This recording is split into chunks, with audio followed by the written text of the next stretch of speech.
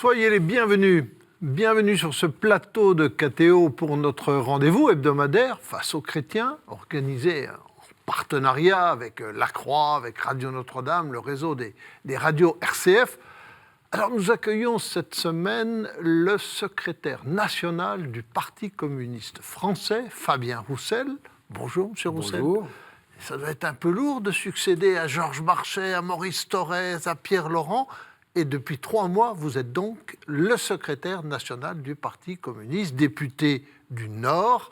Et vous aviez conduit aussi la liste des régionales. Et vous êtes député du Nord. Alors vous allez être interrogé par 3 journalistes, partenaires donc de cette émission, Romain Masneau de RCF, Louis Dauphren de Radio Notre-Dame et Michael Cor de La Croix. Alors, on va parler bien évidemment de l'actualité, on est là pour ça, on vous a invité pour cela. Et moi j'ai été totalement surpris de voir à quel point un parti comme le vôtre, les partis de gauche notamment, ont été hors circuit, complètement hors circuit dans cette affaire des Gilets jaunes. Qu'est-ce qui s'est passé pour que vous soyez à ce point hors circuit ? Est-ce que les partis traditionnels, notamment de gauche, n'étaient-ils pas trop loin des réalités que vivaient les gens ? Certes, vous êtes toujours là pour défendre les salariés, mais pour les Gilets jaunes, jamais vous n'étiez sur place. Pourquoi ? Alors, ça, c'est votre analyse. Et oui. Et, permettez-moi de ne pas avoir tout à fait la même vision. Et je vais vous dire pourquoi. Parce que, voyez-vous, il se trouve qu'au mois de juin l'année dernière, le 9 juin exactement, nous avions organisé une marche sur l'Élysée avec les élus, les communistes et des habitants de ma région. Et nous sommes montés sur Paris avec un mot d'ordre. Faisons respecter notre dignité, augmenter les salaires, augmenter les pensions, et nous exigeons un plan d'urgence pour nos services publics, notamment en matière de santé, parce que nous avons de gros problèmes dans notre région sur cette question.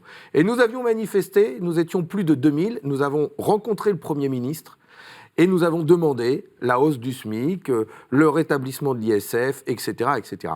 Tout au long de l'année 2018, des mobilisations de ce type, il y en a eu. Et nous y étions. Et à l'Assemblée nationale, comme au Sénat, les sénateurs communistes, les députés communistes ont pilonné ce gouvernement pour dénoncer cette politique qui creusait tant les inégalités dans notre pays, tant d'injustices. Mais dites-moi, pourquoi on ne vous a pas vu sur les carrefours et au rond-point. Alors, dans le mouvement des Gilets jaunes, nous y sommes, j'y suis pleinement, les communistes aussi, et nous sommes dans les mobilisations qui existent aujourd'hui avec les Gilets jaunes. Le problème qui se pose dans notre pays, c'est que pendant 18 mois, les retraités ont manifesté avec les organisations syndicales soutenues par des forces politiques comme nous. Les cheminots ont dénoncé la casse du service public, ils ont manifesté soutenus par des syndicats et des forces politiques comme la nôtre. Il y a eu des mobilisations des blouses blanches dans les hôpitaux, soutenues par les syndicats, des forces politiques comme la nôtre.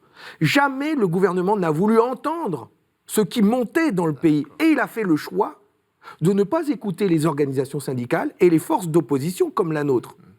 Qu'est-ce que vous voulez à un moment donné qui se passe dans le pays ? La colère, elle explose, elle déborde, et ça produit cette contestation qui est venue du plus profond de la France. Sur les ronds-points, ils ont endossé des gilets jaunes et ils ont dit basta. Et nous sommes dedans. Il n'y a pas que nous d'ailleurs. Et donc, nous sommes pleinement dedans. Nous appelons d'ailleurs à ce que ces mobilisations se poursuivent. Nous nous engageons dans le grand débat, nous appelons à ce que les mobilisations se poursuivent, et il faut entendre ce qui se dit dans notre pays aujourd'hui. On pose une nouvelle question, c'est Romain Masneau de RCF qui vous la pose. Bonjour Fabien Roussel. Bonjour. Ce mouvement, il dure depuis 2 mois et demi maintenant. Est-ce qu'il va s'inscrire durablement dans la vie politique française ? Quelles conséquences il va avoir sur la vie politique, à votre avis ? Je pense que c'est... Pour nous, nous en faisons l'analyse que c'est plus qu'un mouvement social. C'est une révolte sociale, comme notre pays a pu en connaître au cours de son histoire. C'est profondément ancré au plus profond de la société. Les classes ouvrières, les classes moyennes, les classes populaires disent « stop ». On veut vivre dignement, que quand on travaille, ou quand on a travaillé. Il y a une exigence forte, c'est que le travail paie et que l'on puisse vivre correctement. Et donc c'est profondément ancré. Il va falloir que ce gouvernement entende ce qui se passe. Il n'est pas responsable tout seul de cette situation, ça, on en a bien conscience, mais c'est lui qui est en responsabilité aujourd'hui. Qu'est-ce que ça va changer dans la vie politique de demain ? Bon, d'abord, pour une force politique comme la nôtre, c'est effectivement de se dire, si les Gilets jaunes disent les partis politiques servent à rien, c'est de dire, y a quand même des forces politiques qui sont présentes à l'Assemblée nationale et au Sénat qui portent ces revendications. Et donc, additionnons-nous. Nous disons plutôt, rassemblons-nous. Il faut faire converger ces forces syndicales, ces associations parfois, ces forces politiques qui portent cette revendication de justice sociale et de justice fiscale. On a besoin de rassemblement. Et pour prolonger la question de Dominique Gerbaud tout à l'heure, le fait que ce mouvement soit parti des réseaux sociaux largement, avec le côté spontané, mais aussi avec le risque de fake news, qu'est-ce que vous en tirez comme leçon, vous ? J'en tire la leçon qu'il y a une rupture, une coupure entre les forces politiques et une majorité de Français.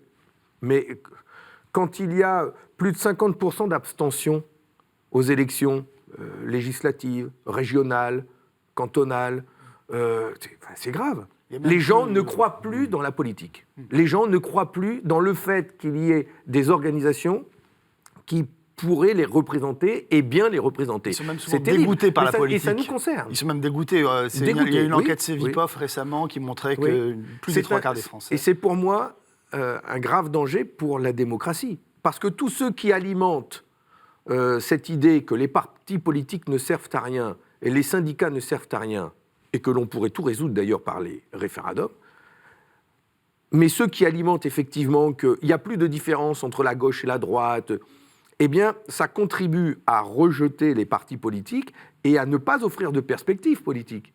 Et ça, c'est grave pour la démocratie. Ça veut dire quoi demain ?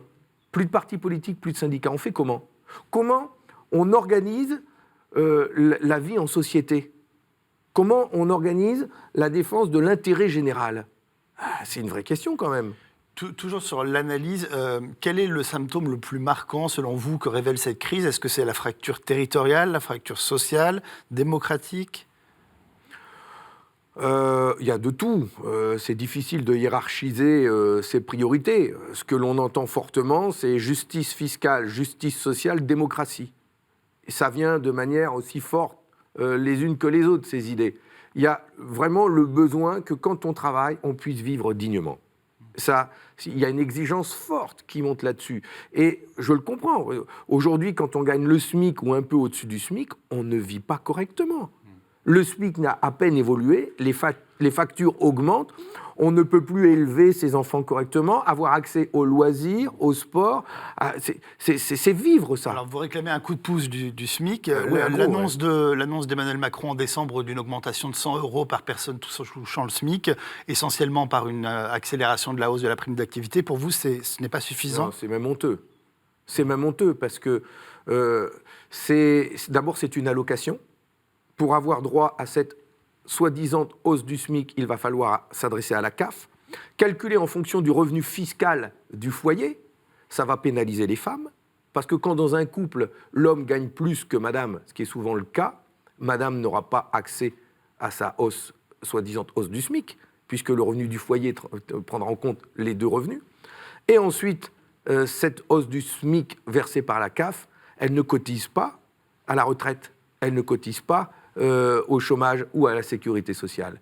Et donc, ce n'est pas une hausse du salaire. Comment se fait-il qu'on ne demande pas à ces multinationales du CAC 40 qui ont versé 57 milliards d'euros de dividendes de contribuer à l'effort et donc d'augmenter les salaires de leurs salariés ? J'en connais, moi, dans ma circonscription, qui travaillent dans les usines de Peugeot, de Renault, et qui ont 20 ans d'ancienneté, qui sont payés 1 300 € net par mois, et qui travaillent à la chaîne dans des conditions dignes des temps modernes. Vous ne croyez pas que ces grands groupes ont les moyens d'augmenter le SMIC ? C'est quand même méprisant de dire aux salariés, eh bien écoutez, allez à la CAF et vous aurez le droit à votre hausse du pouvoir d'achat. C'est vraiment se moquer des gens que d'avoir mis en place cette mesure. Est-ce qu'il faudrait imposer par la loi un différentiel de salaire de, je ne sais pas, 1 à 7, 1 à 10 dans toutes les entreprises, y compris les grandes entreprises ? C'est ce que nous proposons. Nous proposons que les écarts de salaire n'excèdent pas de 1 à 20 au sein dans une entreprise.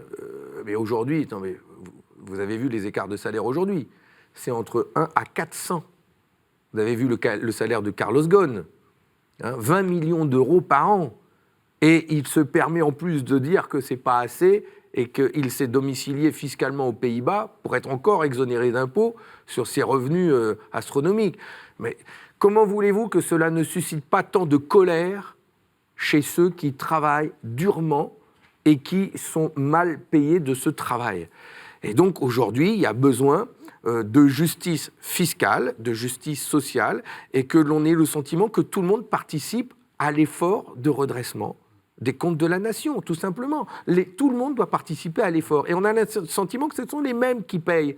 Les Français sont des vaches à lait, voilà. C'est nous qui payons pour les autres.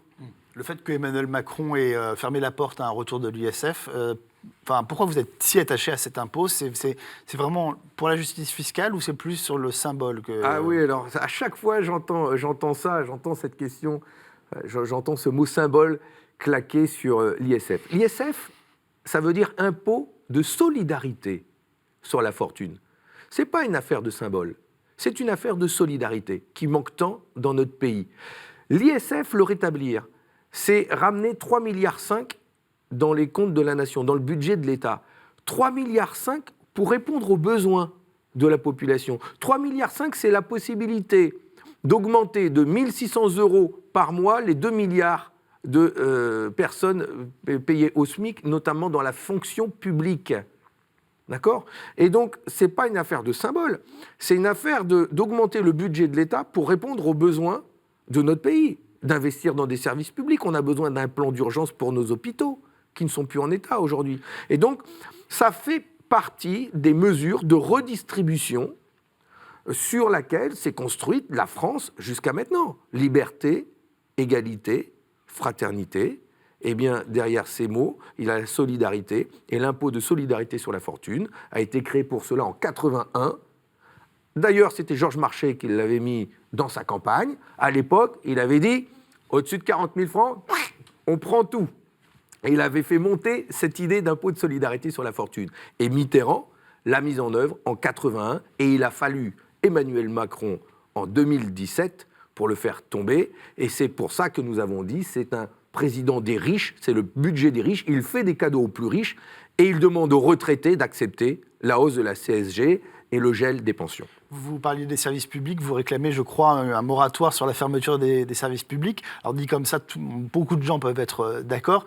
Tout de même, on est quand même un des pays d'Europe qui a le plus de services publics et un de ceux où les inégalités sont les plus criantes. Comment vous expliquez ce Parce que nos services publics ont beaucoup souffert ces dernières années et ont été mis à contribution dans le cadre des politiques d'austérité. On a dit, il y a trop de dépenses publiques, il faut demander aux services publics de faire des efforts.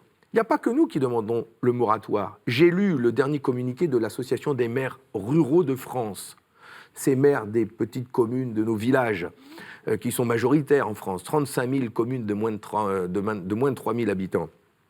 Et ils sont, comme nous, à demander que dans le cadre du grand débat, quitte à ce qu'il y ait un grand débat dans le pays pour tout remettre à plat, y compris la question des services publics, il faut mettre un moratoire sur toutes les menaces qui pèsent sur les maternités de France, qui sont menacées de fermeture. Je pense à la maternité de Creil, dont ils ont décidé que c'était le dernier jour aujourd'hui, là où il y a 1500 naissances par an. C'est de mettre un moratoire sur la fermeture des bureaux des CAF, justement, mis en avant avec cette prime d'activité, mais pas que. Les CARSAT, les MDPH, la CARSAT, c'est les lieux, c'est le service qui calcule le montant des retraites et qui verse les retraites de nos retraités. Elles sont de plus en plus diminuées. Il y a des retraités qui attendent 6 à 8 mois pour avoir le calcul de leur pension. Pendant cette période, ils ne touchent rien, ni salaire, ni pension. Et il y a aussi les MDPH, celles qui calculent et versent les indemnités et l'allocation pour les personnes handicapées. Il y a de plus en plus de défauts de personnel. Alors, Les Français, écoutez, moi je suis un Est-ce qu'il y a député... des économies à faire, par exemple, du côté de la fonction Je- publique territoriale, je fais dans les des- collectivités territoriales? Je fais des permanences tous les vendredis. Je reçois des gens, une personne sur deux vient me voir pour des problèmes administratifs et ils demandent à leurs députés d'intervenir pour leur régler leurs problèmes. Aujourd'hui, si on mettait des moyens dans ces services publics de proximité, on réglerait 50% des problèmes des gens. C'est pas Internet qui va tout régler. C'est pas en demandant aux gens d'aller faire leur dossier sur Internet qu'ils vont trouver des solutions à leurs problèmes. Il y a besoin d'humanité. Il y a besoin d'être humain, il y a besoin de dialoguer. Il y a des situations complexes, difficiles, il y a besoin de faire de la dentelle avec chacune et chacun des Français. Et c'est pour ça qu'on a besoin de services publics vivants. Comme secrétaire national du Parti communiste, est-ce que vous demandez aux maires communistes d'organiser des débats locaux avec la population ? Tout à fait, nous avons décidé de nous engager, nous, pleinement dans ce débat. D'abord pour une raison, c'est que ce débat, ça ne doit pas être l'occasion pour le gouvernement de mettre un étouffoir sur les revendications qui s'expriment. Le gouvernement a dit que ça allait être un débat où tout pouvait être mis sur la table, sans tabou. Et nous disons que ça ne doit pas être sans espoir non plus. Et si ce grand débat devient une grosse opération de communication du président de la République pour dire on ne fera pas l'ISF, les salaires c'est réglé, ça ne peut pas marcher. Ce grand débat, ça ne peut pas être un Macron tour ou un Macron show pour se redorer l'image dans les sondages. C'est pour ça que nous disons, on va l'envahir ce grand débat, on va le subvertir. On va inviter les Français à y aller pleinement. On va même en organiser nous-mêmes. Moi-même, je vous ai ramené ça, j'en organise dans ma circonscription où je vais inviter les gens à venir et à remplir leur cahier d'espérance que j'ai appelé, et pas de doléance. Et puis, j'en distribue 50 000 dans ma circonscription pour inviter les gens à y participer. Et nous irons porter tout cela à Matignon et à l'Élysée le 16 mars prochain, avec des propositions. Et nous ferons 10 propositions pour la France et pour les Français, pour redonner du pouvoir d'achat, pour restaurer nos services publics et pour enfin répondre à l'exigence de démocratie qui existe dans notre pays. Eh bien, merci Fabien Roussel de cette annonce. Nous allons marquer, si vous voulez bien, une première pause dans ce Face aux chrétiens et nous reviendrons sur ce grand débat, la manière dont il se déroule en ce moment et ce que vous en attendez. Pour l'instant, une courte pause et on se retrouve avec le secrétaire national du Parti communiste français. À tout de suite.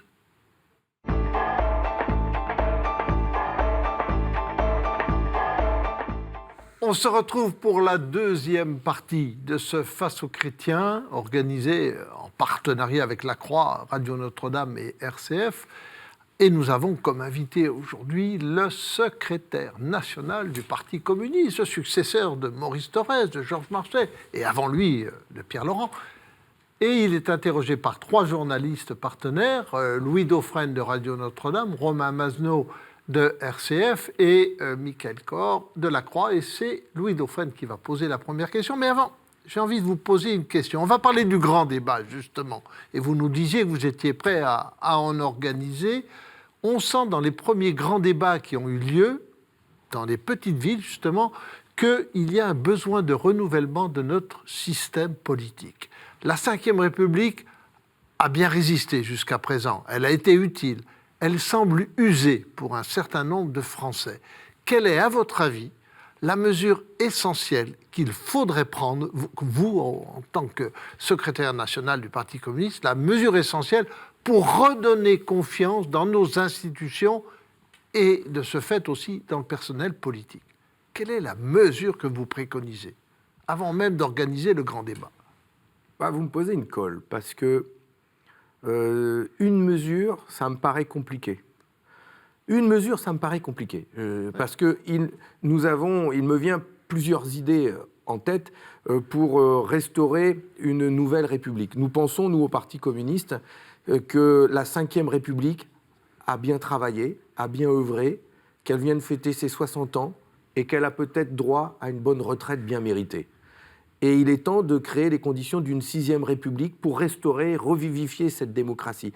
Ça ne peut pas se réduire à une mesure. Je pense que la montée du référendum, exprimée par les Gilets jaunes, fait partie des mesures qui pourraient être salvatrices si elle peut redonner confiance. Bien. Nous avons défendu nous-mêmes une proposition de loi appelée référendum d'initiative populaire, où à partir de 500 000 signataires, des citoyens peuvent exiger ou d'abroger une loi ou d'en proposer une. Mais pas que. Et je pense, personnellement, là, je vais vous donner mon avis, nouveau député que je suis, quand je vois le fonctionnement de notre Assemblée et surtout son image. Je pense qu'il faudrait ne plus élire le président de la République au suffrage universel. Rien que ça. Parce qu'aujourd'hui, la Ve République s'est transformée en une sorte de monarchie parlementaire. Il y a trop de pouvoir dans les mains d'un homme, et c'est augmenté par le fait que les élections législatives ayant lieu juste après l'élection présidentielle, les Français votent pour un président, lui donnent une majorité 6 semaines après, et on en prend pour 5 ans. Et pendant 5 ans, la politique mise en œuvre par une majorité ne peut pas être remise en cause. Et je pense que, pour le moins, il aurait fallu découpler l'élection présidentielle et législative, ce qui était le cas avant. Mais ça n'enlève pas tous les pouvoirs qui existent aujourd'hui dans les mains du président de la République, de l'exécutif. N'oubliez pas que cette Ve République a été conçue par le général de Gaulle, un homme exceptionnel, et pour qu'il ait les pouvoirs. Eh bien, aujourd'hui, nous préférerions que les pouvoirs soient conférés à des représentants du peuple dans leur grande diversité. Il ne faudrait surtout pas que les pouvoirs soient dans les mains d'un parti ou d'un homme, parce que la France est diverse. Revenir à la 4e République. Non, parce que la 4e République a montré l'instabilité politique à laquelle elle pouvait conduire. Oui. D'accord ? Et donc on peut concevoir, et ça existe dans certaines démocraties aujourd'hui, de redonner le pouvoir au Parlement avec des élections à la proportionnelle, de donner une prime au parti arrivant en tête pour qu'il ait une majorité, mais que les décisions soient prises par une assemblée représentant le peuple, une assemblée citoyenne composée de députés qui représenteraient toutes les sensibilités, mais tous les territoires aussi. La ruralité, les grandes villes, les banlieues, la montagne, le littoral, la campagne. Imaginez un petit peu tous ces territoires. Les lois ne peuvent pas s'appliquer de manière uniforme. Il a besoin de représentants de toutes les classes sociales, de tous les milieux, de tous les territoires. Et pour ça, il faut une assemblée plus grande et plus forte, qui ait plus de pouvoir. Fabien Roussel, ça va être maintenant Louis Dauphren de Radio Notre-Dame qui vous pose des questions. Louis. Normalement, un communiste adhère au sens de l'histoire. C'est dans le logiciel du Parti communiste, logiquement. Ce qui m'étonne, parce que je vous ai écouté depuis le début de cette émission, c'est que j'ai l'impression que tout ce que vous dites, d'ailleurs, ce que vous venez de dire, est quand même dit par beaucoup d'autres personnes dans l'espace politique, et j'ai du mal à voir la fonction tribunicienne qu'il vous reste depuis Georges Marchais. Cette fonction vous a largement été prise par le Front National, qui dit à peu près ce que vous nous avez dit là, à l'instant même, y compris d'ailleurs sur le fait que 62 a tué 58 pour la Constitution. Quelle est aujourd'hui, le levier de votre existence? Parce qu'on a l'impression que les partis politiques, LR, le PS, sont balayé par ce sens de l'histoire. Vous avez été balayé dans les années 80. Aujourd'hui, c'est le populisme et le macronisme. Où est votre place? Et est-ce que vous n'êtes pas en retard d'une révolution? Je ne crois pas. Nous sommes toujours un parti révolutionnaire, un parti démocratique. Me voilà rassuré. Qui demande à inventer un nouveau modèle de société plus humain, plus juste, plus solidaire, qui remettre en cause aujourd'hui le monde de la finance, la dictature de l'argent sur nos vies. Voilà. Mais l'argent est révolutionnaire, Fabien Roussel. Le Politburo aujourd'hui, c'est Palo Alto. Écoutez, permettez-moi... La révolution, elle est à Palo Alto, elle n'est pas... Non, permettez-moi de vous citer celui qui dénonce le fétichisme de l'argent, celui qui dénonce la dictature de l'économie sans visage, Pape François, dont les pauvres font les frais, et c'est le pape François. Et donc, nous ne sommes pas les seuls à dénoncer cette dictature de l'argent, et donc cette nécessité à inventer un nouveau modèle de société.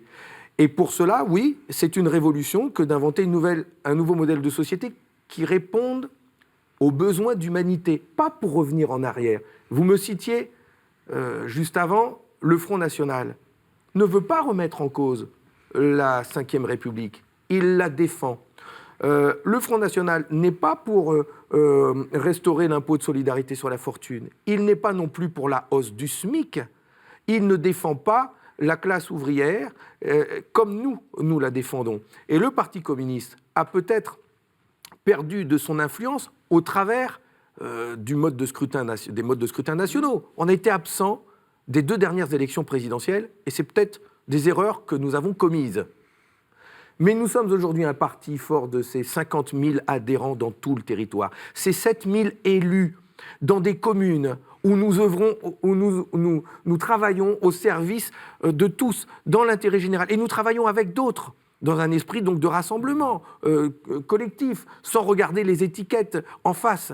Et cet esprit-là, nous l'avons toujours. Le Parti communiste, c'est celui de 36, c'est celui de 40, c'est celui de la résistance.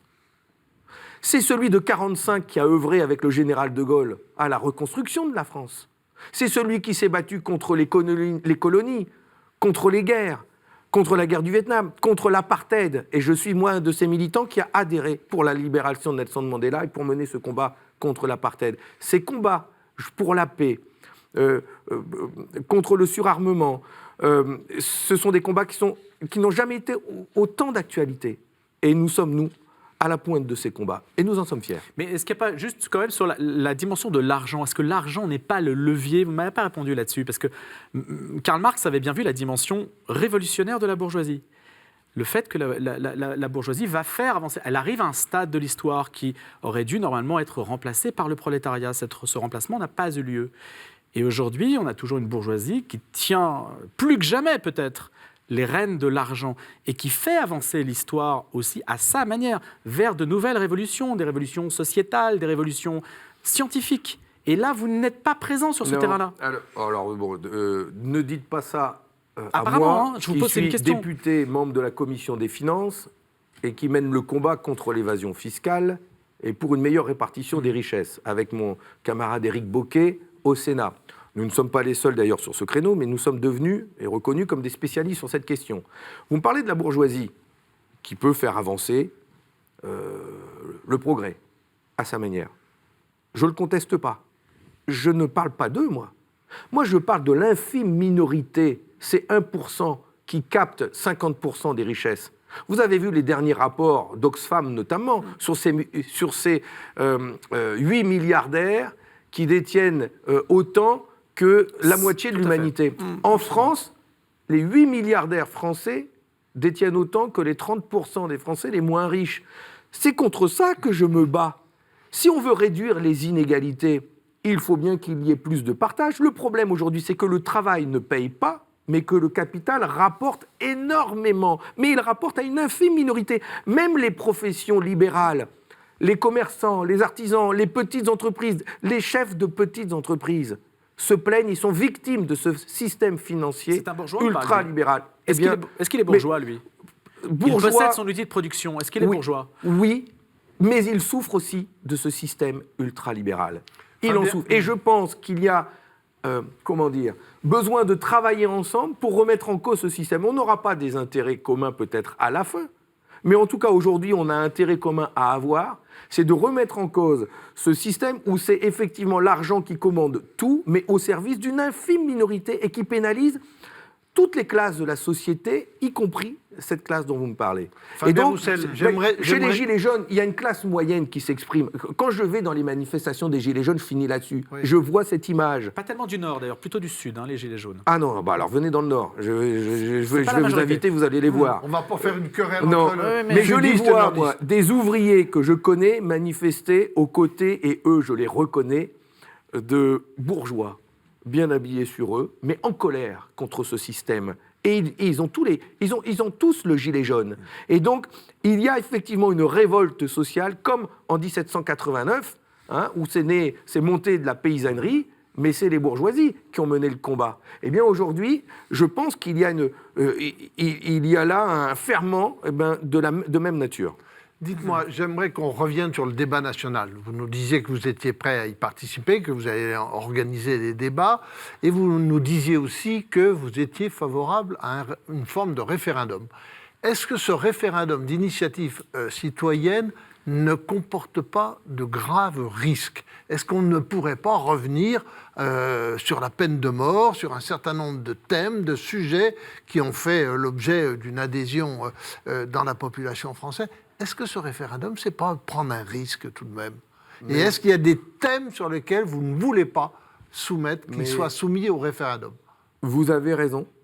Vous avez raison de pointer cette question-là, et nous l'avons pointée nous aussi. Et dans la proposition de loi que nous avons déposée à l'Assemblée nationale pour la mise en place d'un référendum d'initiative populaire à partir de 500 000 signatures, nous avons proposé, nous le versons au débat, que ces propositions de référendum d'initiative populaire, pour qu'ils soient acceptés, soient encadrées par les conventions existantes aujourd'hui. Par exemple, oui à des référendums d'initiative populaire s'ils ne remettent pas en cause la Déclaration universelle des droits de l'homme, s'ils ne reviennent pas en arrière, s'ils ne remettent pas en cause les droits de l'homme. S'ils ne remettent Ce qui est très vague. Je vais préciser. S'ils ne remettent pas en cause les conventions internationales définies par l'Organisation internationale du travail, c'est-à-dire qu'ils ne remettent pas en cause la protection et le droit du travail aujourd'hui. Mais il ne faudrait pas non plus qu'ils remettent en cause des droits acquis, des droits sociaux importants, tels que la peine de mort, que nous considérons, l'abolition de la peine de mort, que nous considérons comme une grande avancée dans notre pays et qui ne doit pas être remise en cause. J'ai d'ailleurs découvert sur cette question, parce que j'y ai travaillé, puisqu'on m'a fait dire quelque chose que je ne partage pas, laissant entendre que j'étais pour que l'on revienne sur cette question. Je suis contre que l'on revienne sur l'abolition de la peine de mort, que ça fasse l'objet de référendum. J'ai découvert que dans tous les pays où la peine de mort a été abolie, jamais cela ne s'est fait par référendum, toujours par décision politique d'un gouvernement, parce que si la question avait été soumise à référendum, eh bien, elle n'aurait jamais été abolie. Et c'est là le rôle aussi des partis politiques, d'élever le débat sur des questions aussi importantes que celle-là. Louis Dauphren. Alors, c'est amusant parce que le référendum d'initiative populaire, c'était dans le programme du Front National dans les années 80. Vous reprenez la sémantique, c'est quand même curieux. Mais c'était dans les programmes du Parti communiste avant les années 80. Vous voulez que il y a un chassé-croisé permanent entre les deux? Je vais vous raconter une histoire que j'ai vécue personnellement lors des élections régionales de 2010, quand Alain Bocquet était tête de liste aux élections, et où Marine Le Pen se présentait aussi, où elle faisait son apparition dans notre région qu'elle n'habite pas, puisqu'elle habite dans son palais ici à Paris, mais où elle vient faire son laboratoire dans le Nord et dans le bassin minier. Eh bien, nous étions en campagne, et avec Alain Bocquet, nous dénoncions les conditions de travail inadmissibles des salariés, nos usines, etc. Et je voyais les collaborateurs de Marine Le Pen relever les bons mots et les formules que nous avions à cette époque-là pour les reprendre ensuite. Voilà ce qui se passe. Oui, voilà ce qui se passe avec le Front National. Et donc je n'accepte pas qu'on me dise que je parle comme le Front National. Je dénonce en revanche le fait qu'elle exploite la souffrance des travailleurs, utilise des mots d'ordre que nous utilisons et qui sont sincères. Elle les dévoie et elle les met au service d'un programme qui n'a rien à voir avec la justice sociale et la justice fiscale, puisqu'au bout du compte, elle va dénoncer l'immigration massive, les migrants, etc. L'immigration, et c'est donc, votre angle mort, Fabien Roussel. Elle prend la souffrance sociale des gens pour la détourner et au final dire que les responsables, ce sont les migrants. Comme si les responsables, aujourd'hui, étaient les migrants. Comme si quand une usine ferme en France, c'est à cause de l'immigration. Comme si aujourd'hui, si l'impôt sur la fortune était supprimé, eh bien, s'il fallait rétablir l'impôt sur la fortune, enfin, non, ça ne va pas. On ne peut pas mettre Georges les migrants Marchais avait à des toutes les propos très sauces. durs sur l'immigration. Non. Il avait des propos très durs sur l'immigration, puisqu'il opposait l'intérêt de l'ouvrier français à l'immigré, on disait plus l'immigré à l'époque, qui venait en France. C'est votre angle mort comme sujet, c'est ce qui explique que les ouvriers vont au Front National, parce qu'ils voient bien qu'on ne peut pas, je caricature, hein, on ne peut pas sauver tout le monde. Il faut bien qu'à un moment ou à un autre, que l'État fasse un choix, et qu'on ne peut pas accueillir toute la misère du monde, comme disait Michel Rocard. Comme disait Michel Rocard. Voilà. Non, Est-ce que c'est pas votre angle mort sur le sujet? Comme à Jean-Luc Mélenchon d'ailleurs un peu. Le Parti communiste français a toujours défendu l'amitié, la coopération entre les peuples, a toujours dit qu'il fallait intervenir dans les pays en souffrance, résoudre les problèmes politiquement plutôt que par la guerre, développer la coopération pour éloigner la misère, la famine, les difficultés des pays. Et en même temps, puisque ces migrations, l'origine, c'est quand même les conflits, la pauvreté et des pays qui ont été affamés. Et en même temps, nous avons toujours dit qu'il fallait un accueil digne pour toutes ces familles qui fuient la misère et la guerre. Et là aussi, c'est ce que dit le pape François et l'Église aujourd'hui. Une dernière question et donc, de Louis. Nous n'avons jamais dévié sur ces mots-là.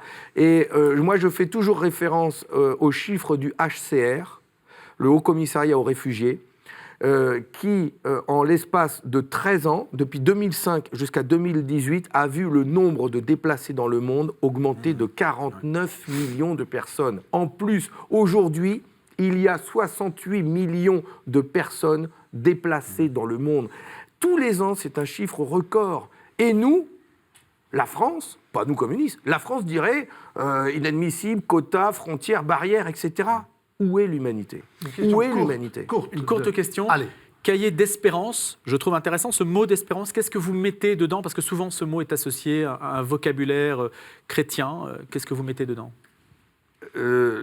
D'abord, espérance plutôt que doléance, parce qu'on n'est pas là pour geindre et se plaindre, mais plutôt pour espérer, croire dans l'avenir. Et donc, dans espérance, alors moi, j'ai mon idée, mais ce que je voudrais, c'est que les gens l'expriment, et y compris les classes par priorité. C'est pour ça que dans le cahier que nous distribuons, c'est écrit quelles sont vos 10 priorités pour vivre mieux.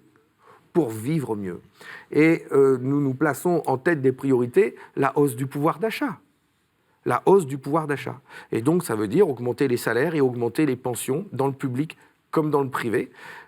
Baisser des factures, je pense aux factures énergétiques. Et là, la hausse de l'électricité encore de 6%, c'est pas admissible.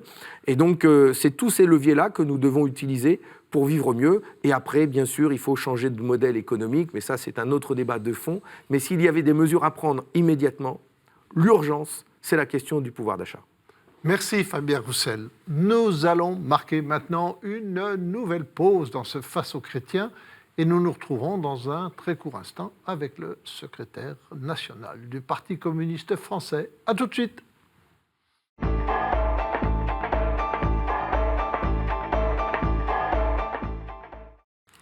Nous nous retrouvons pour cette troisième partie du Face aux chrétiens organisée par la Croix, Radio Notre-Dame et le réseau des radios RCF. Et nous sommes sur ce plateau de KTO. Et nous accueillons le secrétaire national du Parti communiste français, Fabien Roussel, et qui va répondre aux questions de Michael Cor de la Croix. Mais tout d'abord, une question. On parlait des colères des Gilets jaunes. Est-ce que ces colères n'ont pas deux causes essentielles ? Et je voudrais que vous répondiez à cette question. Est-ce l'échec de l'Europe, d'une Europe qui fait plus peur, et aussi l'échec de l'union de la gauche, qui maintenant n'est plus audible, cette gauche. Alors, faut-il pas changer cette Europe, et ne faut-il pas aussi que la gauche se rassemble comme elle l'a été, comme elle l'a fait dans le passé ? Si vous voulez une réponse courte, je vais vous dire oui et oui. Bon. Eh bien, très bien. Mais non, mais bien sûr que... et alors, oui, et vous nous dites que vous allez présenter une liste séparée du Parti communiste et vous me dites qu'il faut une union de la gauche. Je comprends plus. D'abord, la colère contre l'Europe, cette Europe très capitaliste qui n'avait comme critères que des critères économiques pour contraindre les budgets des États, les corseter. Cette Europe-là, elle a fait le constat de son échec. C'est fini. Il faut la rebâtir. Je ne dis pas non à l'Europe. Je dis qu'il faut rebâtir une Europe qui respecte la souveraineté des nations et prépare la coopération entre les États et les peuples. Nous sommes pour une Europe des nations souveraines et des peuples associés. Voilà.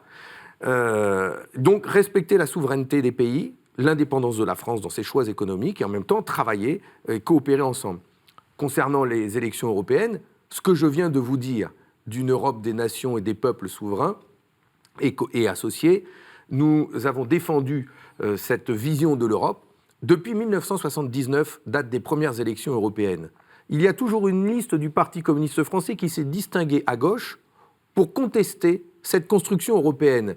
Et nous avions dit à l'époque, et c'était Georges Marchais la tête de liste, que cette Europe allait faire du mal aux travailleurs, mais qu'en plus, elle allait faire grandir les nationalismes et donc faire émerger le danger de l'extrême droite. Et il avait dit ça en 1979, et vous voyez où nous en sommes aujourd'hui. Donc le Parti communiste a cette légitimité liée à la cohérence de notre discours depuis cette époque-là. Nous sommes honnêtes sur l'Europe, nous sommes sincères sur l'Europe. Et si les gens veulent transformer cette Europe, qu'ils votent pour notre liste, parce qu'ils ne seront pas trompés. Une question maintenant de Mickaël Corde-Lacroix. Alors aux élections européennes, il pourrait y avoir 1 à 2 listes de gilets jaunes. Ce n'est pas encore fait, mais imaginons que ce soit le cas. Quel sera votre rapport à ces listes? Vous y opposerez? Enfin, vous nous avez parlé, là vous nous parlez de cohérence, tout à l'heure vous nous avez parlé de rejoindre aussi un certain nombre de revendications des gilets jaunes. Quel sera votre rapport à cette émergence de nouveaux acteurs politiques? Eh bien d'abord, on juge sur le contenu et sur les idées. Quelles seront les idées défendues par les Gilets jaunes? Je l'ai dit tout à l'heure, chez les Gilets jaunes, il y a beaucoup de diversité parmi ceux qui manifestent, de classes sociales différentes et d'idées différentes. Il y a bien des idées qui émergent majoritairement. Est-ce que nous partageons et que nous allons défendre dans cette liste aux élections européennes? Est-ce que nous allons demander sur l'Europe? C'est ce que nous demandons pour la France. Est-ce que la liste des Gilets jaunes qui se présente va défendre ça? Pour l'instant, j'en sais rien. Enfin, je sens qu'il y a des petites œillades en direction de En Marche. Et donc, on verra bien. Enfin, ils vont aussi porter des choses comme le référendum d'initiative citoyenne, semble-t-il. Vous disiez que vous y étiez favorable, ça vous enlèvera des voix. Oui, mais la question de la démocratie, elle peut être portée par beaucoup de forces politiques. Tant mieux, je dirais. Au moins, ça fera avancer le schmilblick, comme on dit. Mais ça ne résoudra pas tout, hein. C'est pas parce que demain on a la possibilité de faire des référendums d'initiative citoyenne ou populaire que le SMIC il va augmenter. Hein. Loin de là. Il y a besoin de remettre en cause les marchés financiers, la manière dont le capital se nourrit dans toutes les entreprises et que les richesses sont mal redistribuées. Il y a besoin de remettre en cause ça. Notre liste aux élections européennes va le remettre en cause. La liste des Gilets jaunes dont vous me parlez, je ne sais pas. Est-ce que cette liste va contester les traités européens qui, depuis Maastricht, 92, nous font tant de mal? Voilà. Nous les contestons. D'accord, attendons le contenu, mais parlons dans ce cas-là plutôt des électeurs. Je rencontrais un maire communiste de l'Eure qui me parlait du problème des partis, y compris du Parti communiste, et il me disait le problème c'est qu'on a abandonné les gens qui ne s'inscrivaient plus sur les listes électorales, ou lorsqu'ils s'inscrivaient, qui ne votaient plus, ou lorsqu'ils votaient, qui votaient Front National. Et c'est ça qui nous revient un petit peu dans la gueule, me disait-il. Qu'est-ce que vous en pensez? Vous êtes d'accord avec le constat? Et comment on y répond à ça? Je suis tout à fait d'accord. Je suis tout à fait d'accord, mais c'est aussi peut-être pour ça qu'il y a eu un changement dans le Parti communiste, parce qu'il y a besoin aujourd'hui d'un Parti communiste qui va se préoccuper plus des problèmes vécus par les gens dans leur vie quotidienne et leur redonner goût à la vie politique. Et il y a aujourd'hui trop de gens qui ne vont plus voter, qui sont dégoûtés de la vie politique en se disant « il n'y a personne qui s'occupe de nous ». Donc on a besoin de plus travailler cette question-là. Ça, c'est sûr. Redonner envie, redonner goût.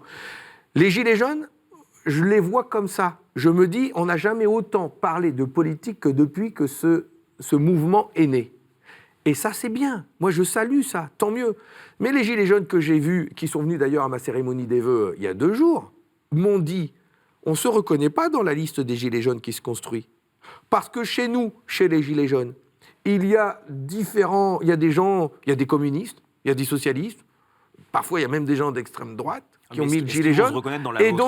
Et donc, chez nous, laissez les Gilets jaunes voter pour la liste dont ils se sentent la plus proche en fonction de leur histoire, leur sympathie politique et les programmes proposés. Ils me disent ça, moi, les Gilets jaunes de chez moi, et je l'entends, ça. Ils veulent, en fait, qu'on respecte la diversité des personnes qui manifestent et qui ont un gilet jaune. Ça veut aussi dire la fragmentation. Et là, je ne pense pas simplement à la liste communiste et à la liste des Gilets jaunes, je pense aussi à toutes les listes de gauche. Pourquoi vous n'arrivez pas à vous entendre ? Les Gilets jaunes veulent qu'on respecte la diversité des gens qui ont mis un gilet Oui, mais jaune. à gauche, Et donc ils à disent, gauche il n'y a diversité, pas ça veut une dire... liste qui peut nous représenter.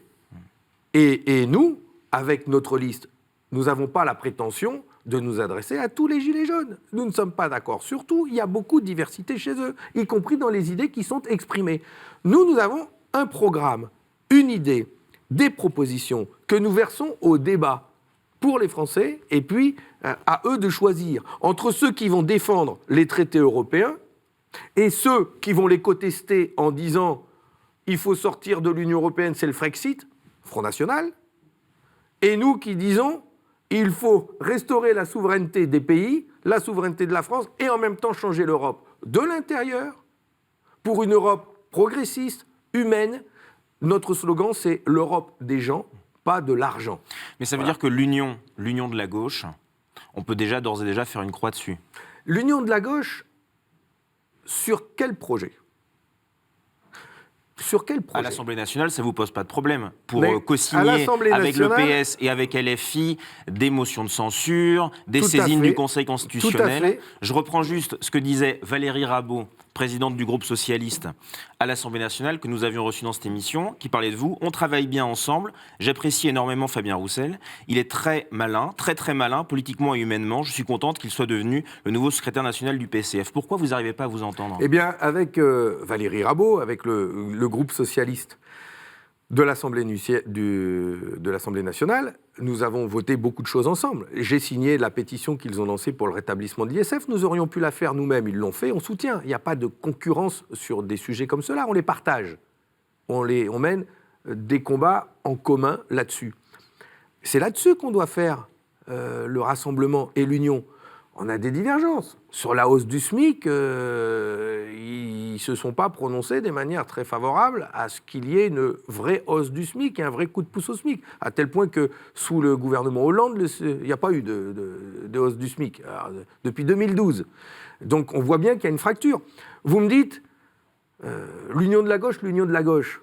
Mais aujourd'hui, si la gauche, elle a déçu, c'est bien à cause du quinquennat de François Hollande, qui avait promis « mon ennemi, c'est la finance » et qui, une fois arrivé au pouvoir, lui tourne le dos à cette promesse, mais pas la finance. Et il a fait un tas de mesures qui, justement, contrevenaient aux engagements qu'il avait pris, notamment l'Europe. Rappelez-vous qu'en 2005, les Français votent contre la Constitution européenne majoritairement. Nous avons mené ce combat, nous, le Parti communiste, pour un non de gauche à cette Constitution européenne. Et en 2007, le président Sarkozy arrive. Il réintroduit le traité en le faisant voter au Parlement français. Les députés, les sénateurs communistes sont les seuls à voter contre. Les seuls. En 2012, le président Hollande arrive au pouvoir en promettant de renégocier ce traité. Vous vous souvenez de ça ? Il promet de renégocier ce traité. Il arrive au pouvoir, il est élu. Et qu'est-ce qu'il fait ? Il abandonne. Il ne le renégocie pas. Et on continue. Politique d'austérité, etc., etc. Emmanuel... Donc, comment voulez-vous... Votre question initiale, c'est l'union de la gauche. Mais c'est quoi ? C'est l'union à tout prix ? Vous avez plutôt raison. Que de redonner de l'espoir. Il faut redonner de l'espoir à ceux qui ne votent plus, puisque vous m'interrogiez là-dessus. Ceux qui ne votent plus sont dégoûtés de la gauche, qui a tourné le doigt à ses engagements, qui a fait des promesses et qui ne les a pas tenues. Est-ce qu'il ne faut pas aujourd'hui une vraie union ? Pas des forces de gauche, mais du peuple de gauche. C'est-à-dire partir de la base. Est-ce que la majorité vous a pas tendu un piège en réinstaurant des listes nationales et en vous empêchant finalement de faire ce dont vous parlez là, des majorités disons des unions de projets, mais au niveau local. Est-ce que vous seriez pas plus à l'aise là de nous parler, par exemple, comment dans le Nord vous allez vous associer avec tel ou tel parti ? Est-ce que finalement vous n'êtes pas fait piéger par la majorité ? Déjà, ça, ils ont fait quelque chose de très malhonnête, antidémocratique, c'est que la France a décidé, ce que n'ont pas fait d'autres pays, que le seuil pour avoir des élus, c'était 5%. Dans d'autres pays, c'est 3%. Et nous, la France avait dit, à partir de 5 seulement, vous aurez des élus, pour favoriser les grands partis et pour pousser des formations politiques à s'unir ensemble.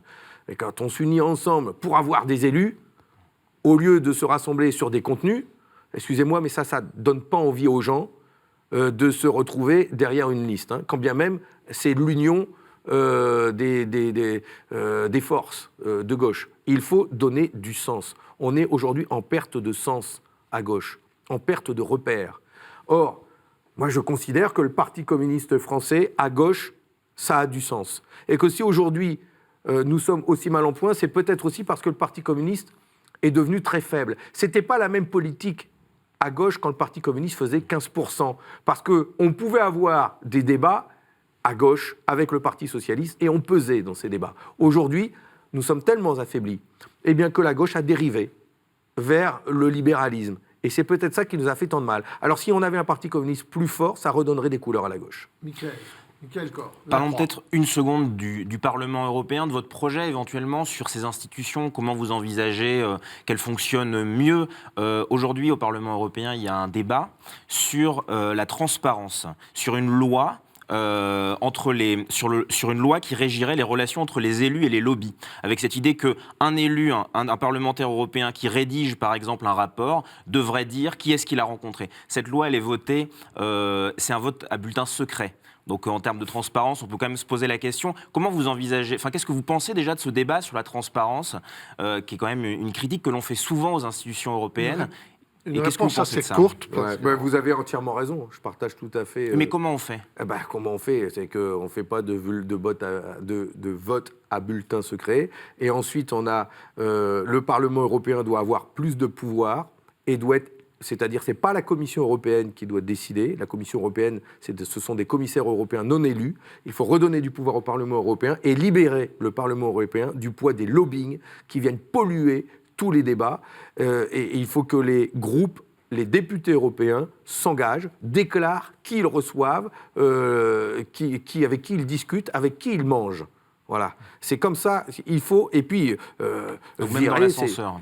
Même dans l'ascenseur. Oui, non, mais c'est insupportable. Je n'ai plus le chiffre en tête de lobbyistes qui existent à l'Union européenne, mais c'est inadmissible. Et ces députés européens corrompus dans les groupes politiques là, qui décident de manger à la gamelle de Monsanto et compagnie, c'est terminé, ça. Il faut être strict là-dessus et avoir des députés européens honnêtes, sincères, qui ne mangeront pas de ce pain-là. C'est en tout cas, un engagement des députés européens communistes qui siègent au sein d'un groupe, la GUE, avec 60 députés de tendances différentes, mais unis sur un thème, transformer cette Europe pour la transparence, la souveraineté des peuples et la coopération des États entre eux.